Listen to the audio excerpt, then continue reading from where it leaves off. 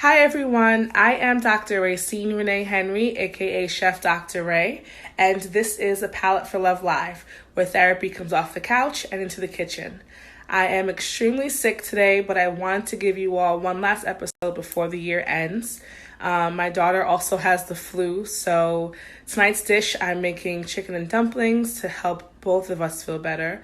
Hopefully my husband doesn't catch the flu because we all know when men are sick, the world stops. So tonight I'll be doing a roundup of my favorite books, I think.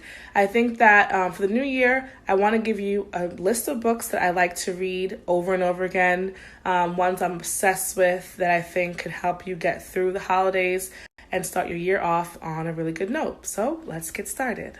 So I have the yellow onion, celery. I love this tricolor carrot. I don't know if there are different nutrients or benefits to them, but I think they're pretty, so I'm throwing them in the pot. I have my garlic. I'm also going to add in some mushrooms and butternut squash. Hopefully she'll eat it and get some extra vitamins and nutrition. I'm using this package of boneless, skinless chicken thighs, not chicken breasts. Chicken thighs, dark meat, my favorite part of the chicken, so I'm going to use that. And I'll show you what I do for the dumplings when we get to that part. I'm also going to throw in some sage and rosemary, as well as a few dry ingredients that I'm sure you've seen me use already. We have the onion over medium-high heat, a little bit of grapeseed oil. Again, it's a neutral oil, so I like to use that when things are really, really flavorful. That way, the other intended flavors are not competing with whatever fat you use. Throwing in my celery. And I'm going to get the carrots in there. Carrots take a little while to get tender, so being that we're going to add in some chicken stock, of course, homemade chicken stock. Later on, it'll help the carrots soften to where they're chewable. And I'm going to put the squash and mushrooms in now for the same reason. I didn't chop these mushrooms up, although I probably should have, but I think they'll be okay. They usually tend to shrink anyway. I didn't chop these mushrooms up, although I probably should have, but I think they'll be okay. They usually tend to shrink anyway. And then the butternut squash, I should have also cut. I'm going to try to dig through for smaller pieces. And then I'm going to season this with some salt and pepper. Let it sit for a little while, let things get tender, and tell you about my favorite books. So the first book I want to tell you about is called Sister of My Heart by Chitra Banerjee Divakaruni. It's a book about two girls who were raised as sisters, even though I believe they're cousins, and their family goes from being really wealthy to losing everything. One of the girls also moves to America as an adult, so you get to see their journey, trying to maintain their bond, all the things that they go through. There are some fantastical elements of the book, almost like Water for Chocolate, but I love it. It vividly describes Indian culture and India as a location. I've always wanted to visit India. I love Indian food. I love Indian traditional weddings and wedding traditions, so this book was my first introduction to that culture, and the author writes beautifully. She has other books like Mistress of Spices that are equally as good, but Sister of My Heart is my favorite book of hers.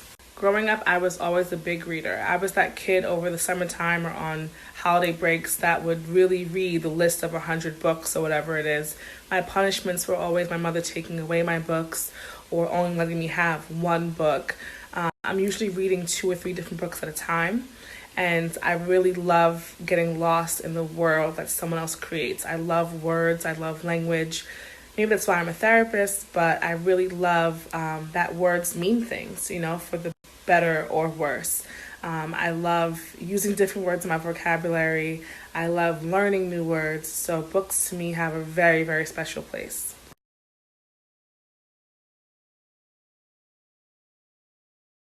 Now I'm going to add a little bit of flour to the pot. This way, the chicken soup itself can be a little bit thicker.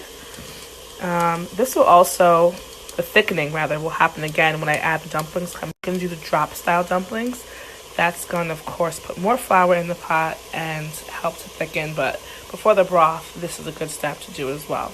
Here's some chicken stock.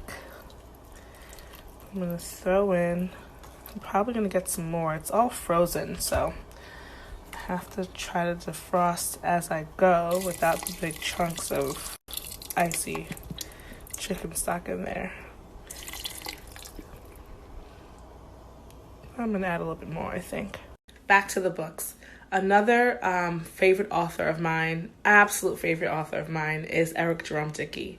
Some people don't like his writing. They feel like his books are, soft porn, erotica, and they are. They truly are, Black erotic stories, but there's so much culture in his books. His writing style is to go to whatever location he's writing about and live there for a while, immerse himself in the culture, and then the stories really reflect that. One day, we had this random Twitter conversation entirely in Spanish. He is fluent in Spanish. I'm somewhat fluent in Spanish. We had a really long conversation. It was so much fun for me as a fan. And he ended up sending me 3 or 4 books, one that hadn't been released yet, and they were signed. And it was such a fangirl moment for me. So Eric Jerome Dickey is perfectly fine in my world. His books are really great. One of my favorites by him is One Night. I also like his older stuff like Milk in My Coffee or Sister, Sister, I believe he has one called. Definitely check out his books. One Night. I also like his older stuff like Milk in My Coffee or Sister, Sister, I believe he has one called. Definitely check out his books.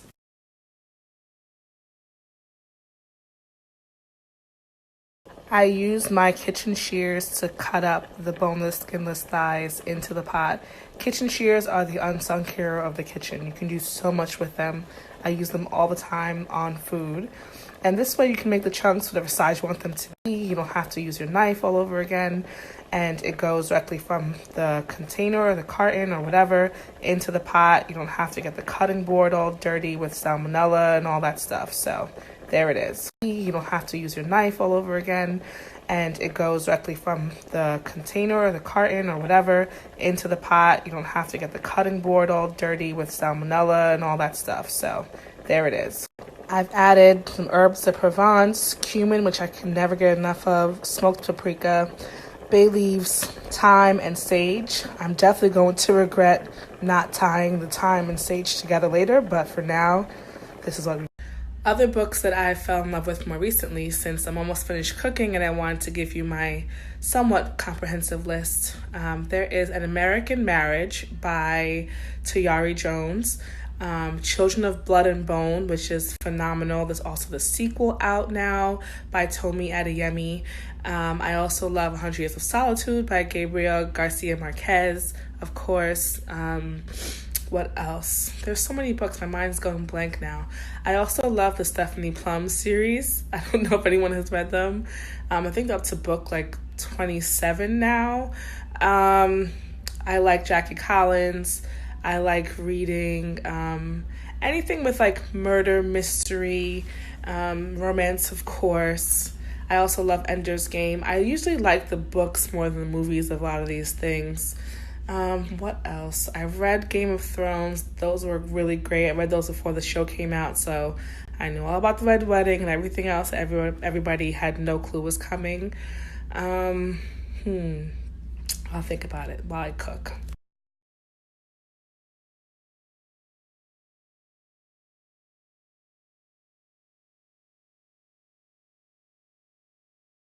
So I added the whole package of 6 boneless, skinless chicken breasts. This tastes and smells phenomenal. Sorry for all the steam. I'm going to try to fish out those aromatics, the sage and the thyme I put in here before putting the dumplings in as well. So for the drop dumplings, I have about 1.5 cups of flour, 2 teaspoons of baking powder, some salt, and melted butter and milk.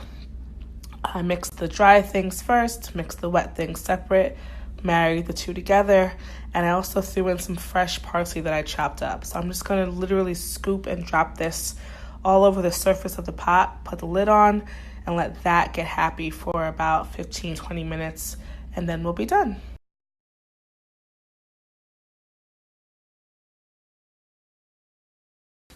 The last book I want to tell you about is one that is very special to me. It is called I'm Telling the Truth, But I'm Lying by Basi Ikpi.